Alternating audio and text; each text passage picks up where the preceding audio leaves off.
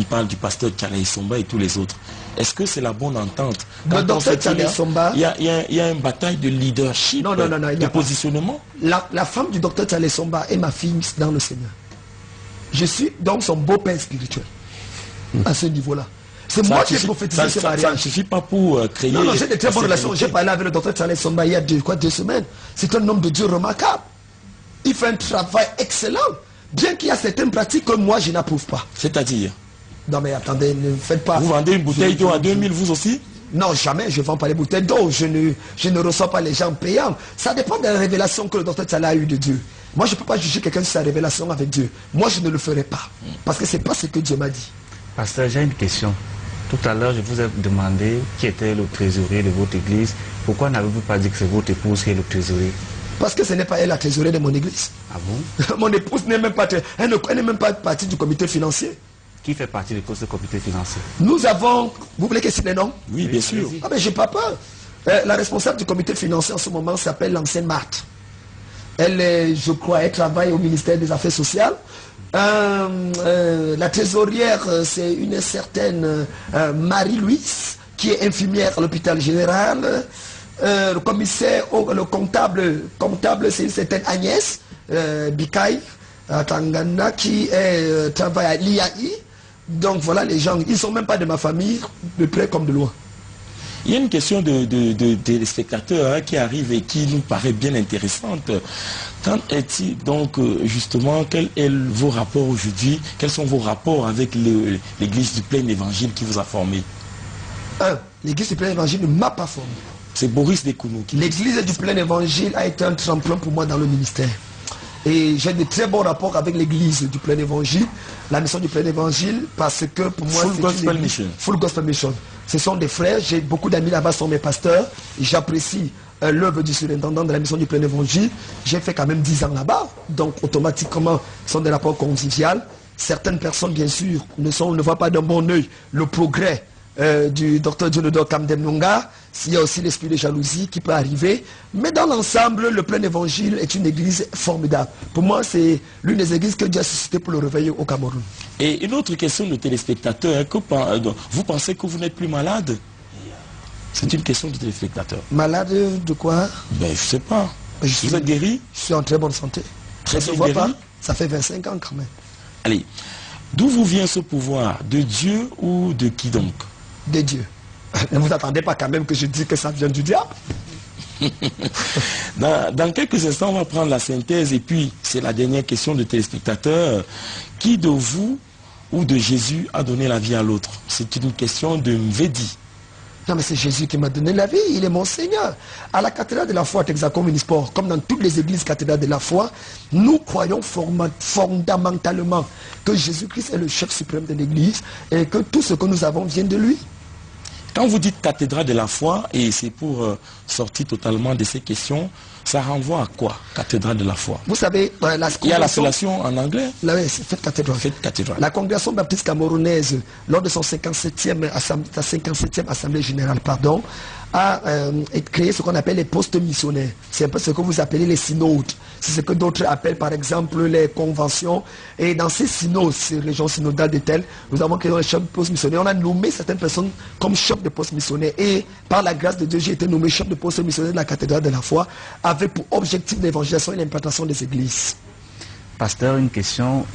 Ce que les églises dites réveillées reprochent souvent aux églises traditionnelles comme l'église catholique, c'est d'adorer, d'avoir des croix et tout ça. Je remarque que vous avez une croix. Qu'est-ce que ça signifie? Sinon, et d'ailleurs une question qui se rapproche, votre tenue est romaine, votre croix est romaine, mais votre église, la cathédrale de la foi, peut-être pas.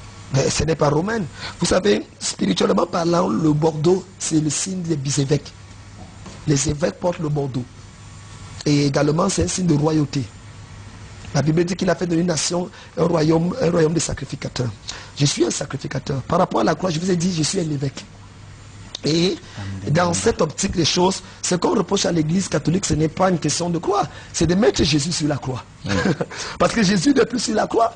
Pourquoi est-ce qu'ils mettent Jésus encore sur la croix? Vous savez, il y avait 3 personnes à la croix. Et il y avait un qui avait Jésus qui est au centre. Il y avait un autre que Jésus a dit, aujourd'hui tu as avec moi au paradis. Et il y a un troisième qui insultait Jésus qui est le bandit. C'est celui qui est resté à la croix. Donc, comprenez donc, laquelle des personnes donc ces gens mettent sur la croix? Moi, mon Jésus est sur le trône. Il est sur le trône.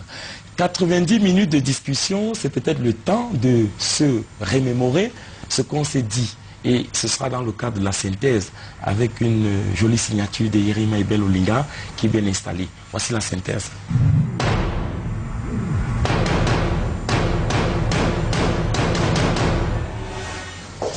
Ebel, je vous salue.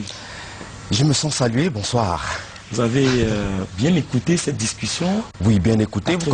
Comme vous pouvez le constater, j'ai près de 30 formats. Dites-nous très rapidement. Très prolixe, très rapidement. Pasteur Dionodor Kamdem Nunga, bonsoir. Bonsoir.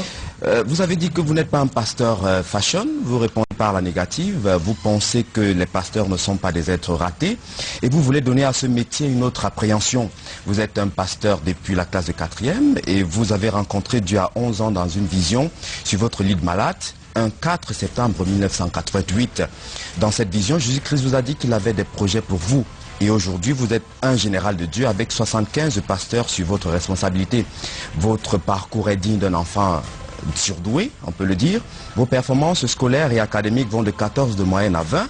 Vous avez étudié la théologie au Cameroun, au Togo, au Brésil, aux États-Unis d'Amérique, notamment au New Jersey et en Floride. Vous êtes titulaire d'un doctorat et vous êtes en train de préparer un autre. Vous pensez que vous n'êtes pas persécuté au Cameroun, mais plutôt mal compris, et que vous faites moins de bruit que les bars.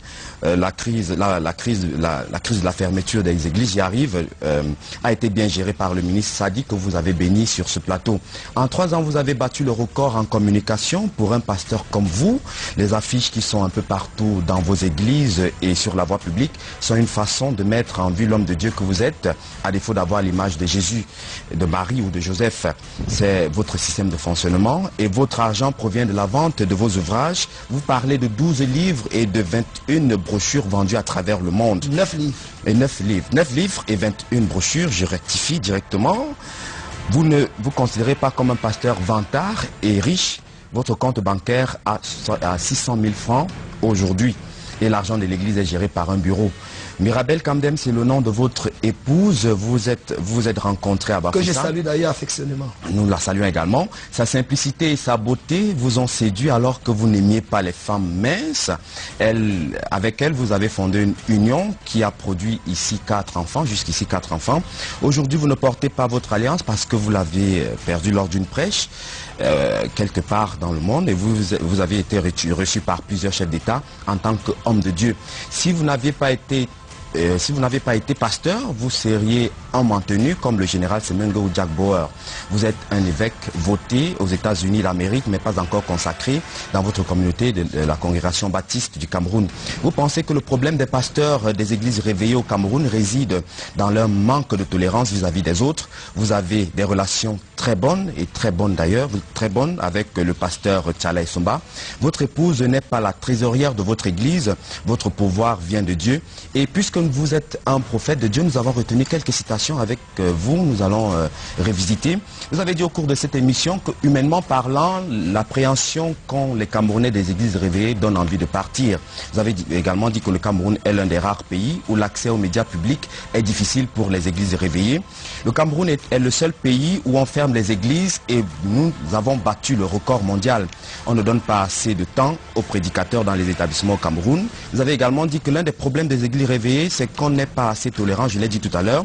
Dans les églises dites de réveil, les pasteurs souffrent du sida mental. Vous avez également dit que je ne passe pas seulement mon temps à dormir et à prier la nuit. Je vous renvoie l'image. Dieu habite en moi et c'est pourquoi j'ai mis mes photos sur les affiches. Vous avez également dit que tout le monde a le droit d'être tenté, parlant des jeunes filles. La richesse spirituelle est plus forte que la richesse matérielle. Les églises de réveil sont au sommet au Cameroun. Hervé Marie se bat à être pasteur, comme un pasteur évangéliste, je répète.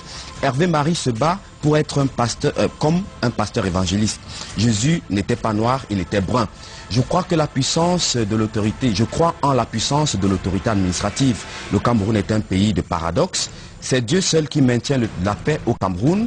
Je paie ma dîme à un autre homme de Dieu. Je ne suis pas un gourou. Nous avons des cœurs brûlants et la tête vide.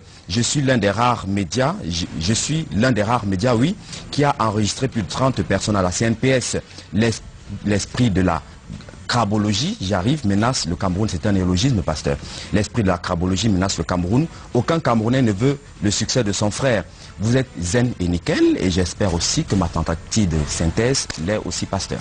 Je pense que tu ferais un très bon pasteur évangéliste. Amen. Amen. Eh bien, je vous remercie pour cette synthèse. En quelques mots, c'est bien résumé, le condensé de cette soirée. Pasteur Kamdem, dernière question et des téléspectateurs. Est-ce que la main de Silu ou l'œil de Hibou vous dit quelque chose? Non.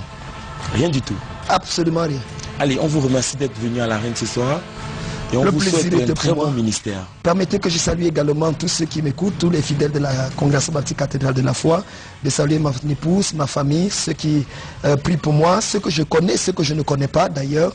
Je voudrais dire, il y a de l'avenir pour le Cameroun. Il y a véritablement de l'avenir.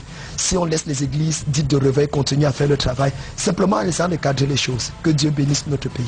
Sylvain, merci d'être venu à l'Arène ce soir. Merci. C'était un plaisir. Merci pour l'invitation. Surtout que vous revenez de l'extrême nord. Effectivement. Merci dit. Elvis, merci. Très bonne soirée à vous, pasteur, merci. Et pour finir définitivement, il y a Effacer l'empreinte du diable, l'un des ouvrages du docteur Dionodore Kamdem. La pauvreté doit mourir, c'est pour la lecture. Réussir sa vie chrétienne et l'église que l'enfer redoute. Donc, c'est le reste en lecture. Merci de nous avoir regardé l'Arène ce soir et les téléspectateurs de Canal 2 International, quand on sait que notre responsabilité, c'est vous savoir toujours nombreux. Très bonne soirée, on se retrouve dimanche prochain avec un autre invité et surtout avec le même plaisir. Restez sur notre antenne. Bonne soirée.